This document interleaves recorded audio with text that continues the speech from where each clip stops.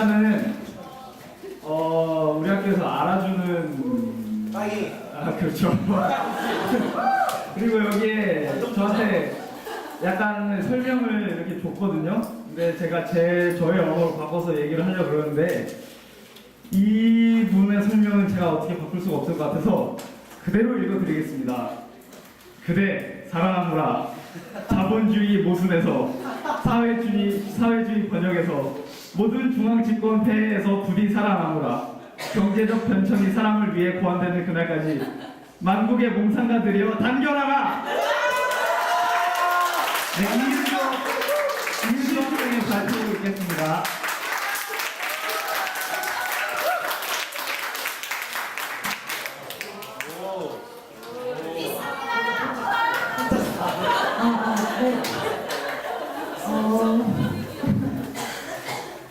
제가 지금부터 하는 얘기는 아마 여러분 모두가 어느 정도는 알고 계실 얘기일 겁니다. 우리가 아무리 이런 현 지배 체제에 대해서 문제를 느끼고 대안을 제시하고 의문점을 제기해봐도 어쨌든 어느 정도는 수용할 수밖에 없고 또 받아들여지지 않는, 그러니까 저항할 수 없는 어떤 현 지배 체제를 얘기를 할 건데요. 바로 자본주의라는 주제로 가지고 얘기를 해보겠습니다. 네.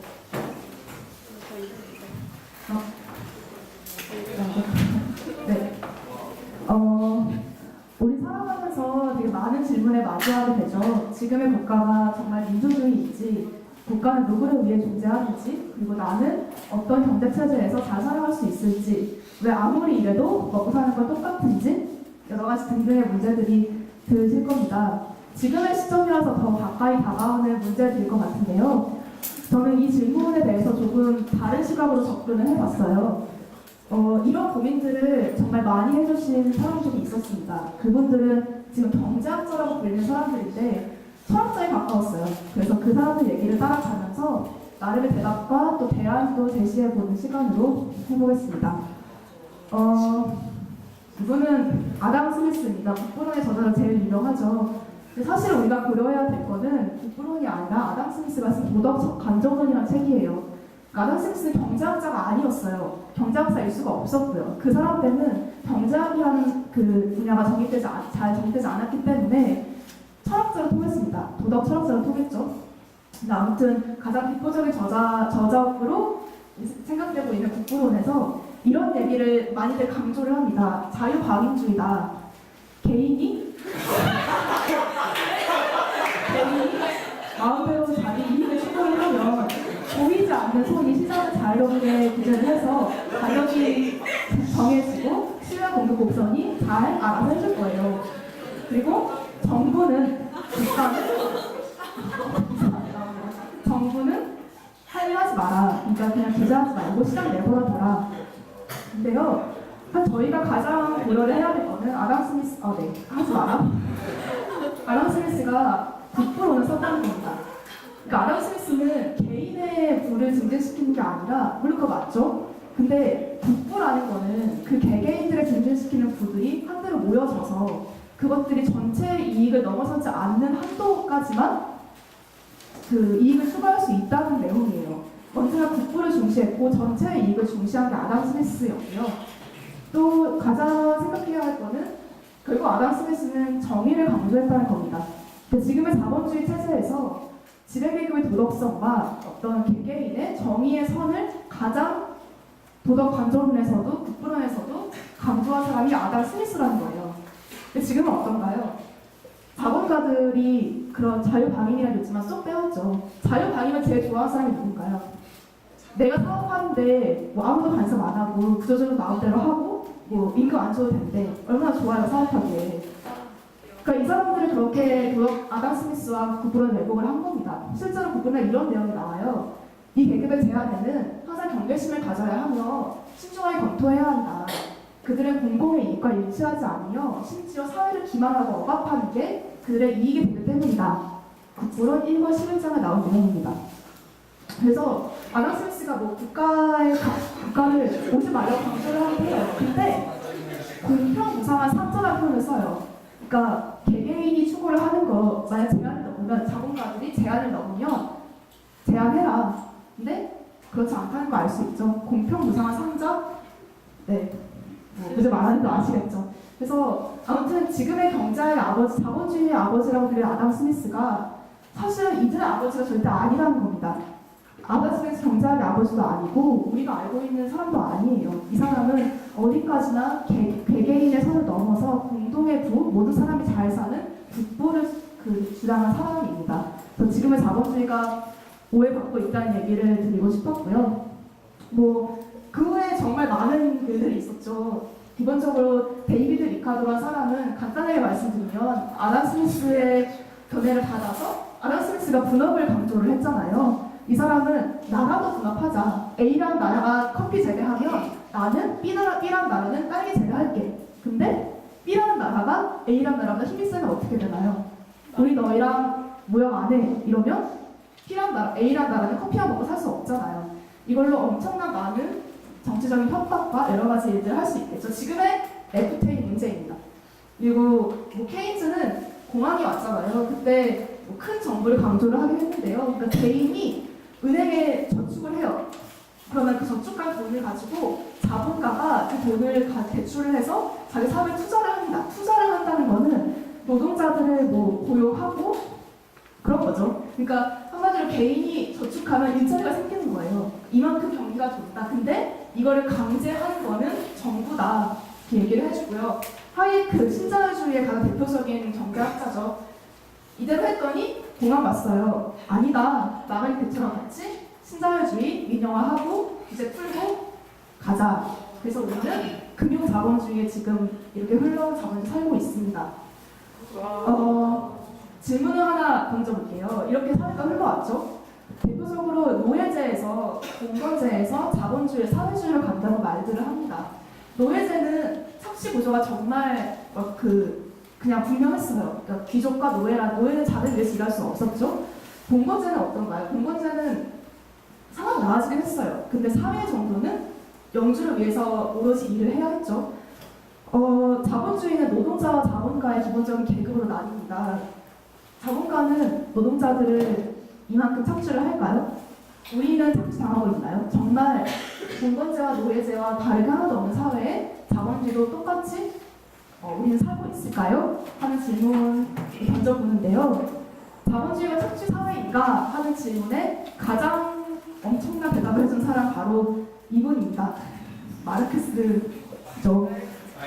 네, 자본론을 썼는데요. 핵심은 이겁니다. 그러니까 빵 하나를 만드는데 밀가루를 반죽하는데 노동 1시간, 또 기계로 만드는데 노동 1시간, 그리고 노동자의 노동 1시간이 들어갑니다. 그러면 총 3시간이 걸리겠죠. 빵 하나를 만드는데 1시간에 1,000원이라고 칩시다. 그러면 결국 1,000원씩의 값을 해서 빵 하나는 3,000원의 가치가 되는 거고요.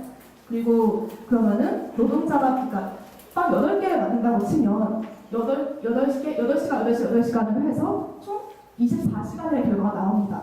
그러니까 그런 결과가 나오는데 밀가루나 기계값은 8,000원씩 자본가들이 다 지급을 해요. 그러니까 대가를 치르는 거죠. 근데 그러면 빵과 노동의 임금을 갚아야 하는데 노동자의 임금은 절대로 8,000원을 온전하게 받지 못한다는 거예요. 그러니까 이거 좀 자세하게 말씀드리면 일을 하죠. 일을 하는데 좀 8시간 정도를 일을 합니다. 근데 3시간 정도를 필요노동시간이라고 말을 해요. 그러니까 필요노동시간이라는 거는 빵을 하나 만들다가 3시간이 된다고 했잖아요. 그 시간을 말을 하고 근데 3시간만 일하는 사람 별로 없죠. 5시간, 8시간, 10시간씩 일을 하기도 하는데 그럼 5시간은 뭐냐? 왜 5시간 동안 일을 해야 하느냐? 이걸 다 자본가가 가져간다는 겁니다. 그러니까 한마디로 우린 착취당하고 있다는 말을 하고 있어요. 그러니까 자본가가 5시간을 가져가고 우리는 실질적으로 필요한 시간이 3시간이다. 그러니까 우리 4시간 일해도 살 수 있는 거예요. 그러니까 기업들이 막 대체휴일제 폐지하면서 그 노동시간 늘리지 않으면 경기가 안 좋아지다라고 하는 거 다 거짓말이라는 겁니다. 사실 그들의 이유는 많이 일하시면 늘어나는 거죠. 많이 일하면 좋겠죠. 많이 착취하고 많이 노동자가 자기들을 위해서 일해주면 좋겠죠. 네, 그래서 이거를 절대적 잉여가치라고 합니다. 이거 넘어가고요. 그래서 빈부격차가 필연적이라는 건데 자본주의 사회에서는 그러니까 노동자가 100명이 있어요. 그 사람들이 3시간 자기를 일하고 개개인이 5시간씩은 한 사람의 자본가를 위해 일해주는 거예요. 그러면 자본가와 노동자 일하는 시간 똑같은데 500시간을 누군가 나를 위해 일해주는 거예요. 엄청난 빈부격차가 발생할 수밖에 없고 노동 착취론이라고 부릅니다. 그러니까 모든 이유는 착취에서 나온다. 우리는 착취를 하고 있고 자본주의 사회 착취다라는 거를 가장 통렬하게 제시하는 사람이 마르크스이고요. 그래서 핵심은 이겁니다. 모든 역사는 계급투쟁의 역사이다. 모든 노동자들이 계급투쟁을 해서 언젠가 공산주의 사회가 설립될 것이다. 근데 좀 웃기는 건 그러니까 마르크스는 프롤레타리아 계급의 독재를 얘기를 해요. 그러니까 이렇게 평등한 사회를 만들기 위해서 프롤레타리아 계급이 독재를 한 다음에 그 다음에 평등한 사회를 만드는 거다. 가능할까요? 레닌이나 스탈린 모두 이렇게 독재를 한 상태에서 뭐 뒤바뀌는 사실 상장을 보면 노동자 지배 계급 뒤바뀌었네 라고 할 정도로 바뀌었습니다. 하지만 그 상태로 쭉 갔죠. 네, 그렇습니다. 그것도 한계점이라고 할 수 있겠고요. 아무튼 우리는 이렇게 흘러온 변천사에서 수많은 모순들을 마주하죠. 굳이 제3세기의 빈부격차까지 들지 않더라도 우리가 일상에서 만나는 자본주의 여러 가지 모순들 그리고 우리를 괴롭히는 여러 가지 사회적 구조 바뀌지 않을 것 같은 격은 분명히 사회에 존재하고요. 물질과 재화는 풍부한데 왜 우리는 먹고 살기 힘들까? 왜 가능할 수밖에 없을까? 하는 그 질문을 다 해보셨을 겁니다. 그러면 질문 던져보겠습니다. 자본주의 사회에서 이 같은 자본주의 사회에서 민주주의는 가능할까요? 가능할까요? 그러니까, 네, 그러니까 되게 간단하게 생각해보면 되는데 공장이 있어요. 노동자가 일을 하죠. 노동자는 자기 손으로 자본가를 뽑을 수 있나요? 노동자가 한 번이라도 그 회사의 정책이나 결정에 참여를 해봤다는 소리를 들은 적은 없을 거예요. 자본주의 있나요? 자본주의 사회에서 어쨌든 그러니까 이런 말이 있습니다. 자본주의의 진짜 문제는 경제의 문제가 아니라 정치의 문제다. 그러니까 우리가 민주주의를 살아간다고 하지만 투표나 한 번 선거를 딱 하고 그게 끝이죠. 일상에서 민주주의를 마주치는 일은 거의 없어요. 우리의 삶에서 민주주의를 마주하지 않는다면 그게 정말 우리가 살고 있는 민주주의라고 할 수 있을까? 그러니까 노동자 계급과 다문화 계급의 뚜렷이 나타나는 위계 질서에서 정말 진정 민주주의는 가능하지 않다는 질문도 한번 던져주고 싶었습니다. 그래서 이 질문에 가장 통쾌한 대답을 해준 사람이 아마 고사람들은 알고 있을 머레이 부친이라는 사람인데요. 이 사람은 참 파란만장한 삶을 겪었어요. 그러니까 거의 10대 때부터 사회주의 사상에 물들어가지고 막 공산주의, 아나키즘, 사회주의 다 거치다가 결국 다 부정을 합니다. 마지막에는. 다 부정하고 자기는 리버테리안 지역 가치주의를 주장하는 사람이야 라고 얘기를 해요. 리버테리안은 자유라고 생각하시면 되고요. 그러니까 이게 뭐냐면 그러니까 머레이 부츠는 기본적으로 모든 위계 구조를 부정을 합니다. 그 지금의 환경 문제와 자본의 문제는 우리가 맞닥뜨리는 모든 사회의 문제들은 기본적으로 위계 구조에서 비롯되는 것이다. 그러면서 이런 말을 해요. 위계 구조는 제도화된 사회 관계다. 이 관계는 인간이 만든 거지만 인간 본능은 아니다. 또 어떤 특이한 계획 때문에 비롯된 것도 아니다. 그러니까 다시 말해서 위계 구조는 사회적 구조로서 억압적인 특권층이 존재함을 의미한다라고 말을 합니다. 그러니까 이러한 사상을 바탕으로 이 사람이 뭐라고 주장을 하냐면요. 연대적 민주주의를, 직접 민주주의를 말해요. 그러니까 이 사람은 지역 자치를 주장을 하면서 모든 위계 구조는 정치 구조, 그러니까 권력 구조는 중앙 집권적인 체제에서 나온다. 그래서 중앙 집권적 체제를 벗어나서 도시로의 정상화를 하자. 그러니까 우리가 동천동에서 예를 들어 세월호 사건이 일어났어요. 그러면 시청까지 나가는 게 아니라 동천동에서 그냥 모여서 이거 어떻게 받아들일까, 어떻게 하면 좋을까를 얘기를 하자는 겁니다. 그러니까 우리가 시위 나가서 자유 발언하죠. 그런 게 정치라는 거예요. 그러니까 개개인이 자유 발언을 해서 지역 자치하고 도시로의 정상화해서 직접 민주주의를 해야만 가능하다. 이런 모든 체제로의 모순에서의 탈피는 그러면서 연방제를 얘기를 하는데. 그러니까 이거는 아나키즘과 달라요. 그러니까 연방제는 어떤 그 직접 민주주의를 한 개인들이 모여서 그 그것들이 그 연합을 하는 것을 보시마다 그러면서 하나의 큰 결정을 내리는 건데 정치가 있죠. 정치가 있죠. 근데 정치익이 따로 있죠. 근데 우리 정치하면은 가장 먼저 드는 생각은 전문화라고만 생각을 해요. 뭐 더러운 것도 있겠지만 좀 전문화됐고 정말 어려운 일을 하는 것처럼 보이죠. 머레이츠 그걸 지적을 합니다. 정치가 어려운 게 아니고 전문화된 게 아니고 우리가 우리 삶을 결정하고 우리 삶에 맞닥뜨리는 문제를 제기하고 의견 내는 게 정치다. 전문화된 게 아니라 그냥 우리 삶에 대해서 얘기를 하는 게 정치일 수밖에 없다는 말을 하면서 이런 건 정치가 아니고 대의민주주의는 한계점을 갖는다고 얘기를 해요. 그러니까 이게 민주주의냐? 우리가 투표날 가서 그냥 성과 뽑고 그 사람들이 다 하는 게 민주주의인가? 그러면서 공적 시민 영역의 등장을 얘기를 합니다. 그러니까 한마디로 정치가 멀리 있는 게 아니라 지역 자치에서 우리끼리 같이 모여서 얘기를 하고 직접 민주주의를 해서 연방체로 가서 큰 결정을 내리자.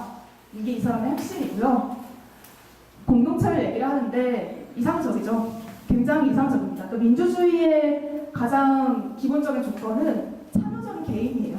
그러니까 개인이 참여하지 않으면 기본적으로 민주주의는 성립할 수 없는 체제인데 그 스위스가 직접 민주주의를 하고 있어요. 뭐 모범이 된다고는 하는데 잘 안 된다고도 해요. 그러니까 그 사람들은 5,000명 정도가 22개의 주에서 직접 민주주의를 하거든요. 실제로. 근데 좀 규모가 커서 그런 것 같아요, 문제는. 조금 더 지역 가치를 하자는 게 이 사람의 입장이었고요.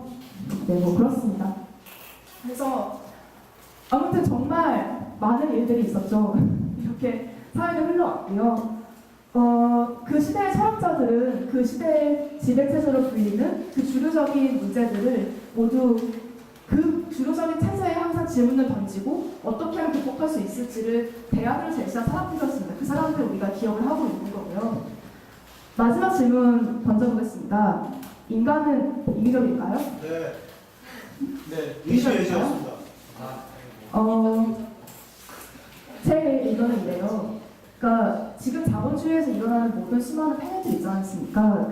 이런 일들이 인간은 이기적이니까 라는 말 하나로 설명이 된다는 거예요. 그러니까 세월호가 일어나도 내 일 아니니까 안 구할 수 있는 거고 개인들이 개개인의 이익을 추구하는 거 이기적이니까 당연한 거 아니냐. 자본주의 사회는 이기적일 수밖에 없고 인간은 이기적이고 원래 이기적이야. 이기적일 수밖에 없어. 이렇게 얘기를 하죠. 근데 제가 느낀 문제점이 뭐냐면 원시 공동체로 돌아가자는 게 아니라 한번 살펴보자는 건데요. 그 사람들은 협동을 했죠. 협동할 수밖에 없었어요.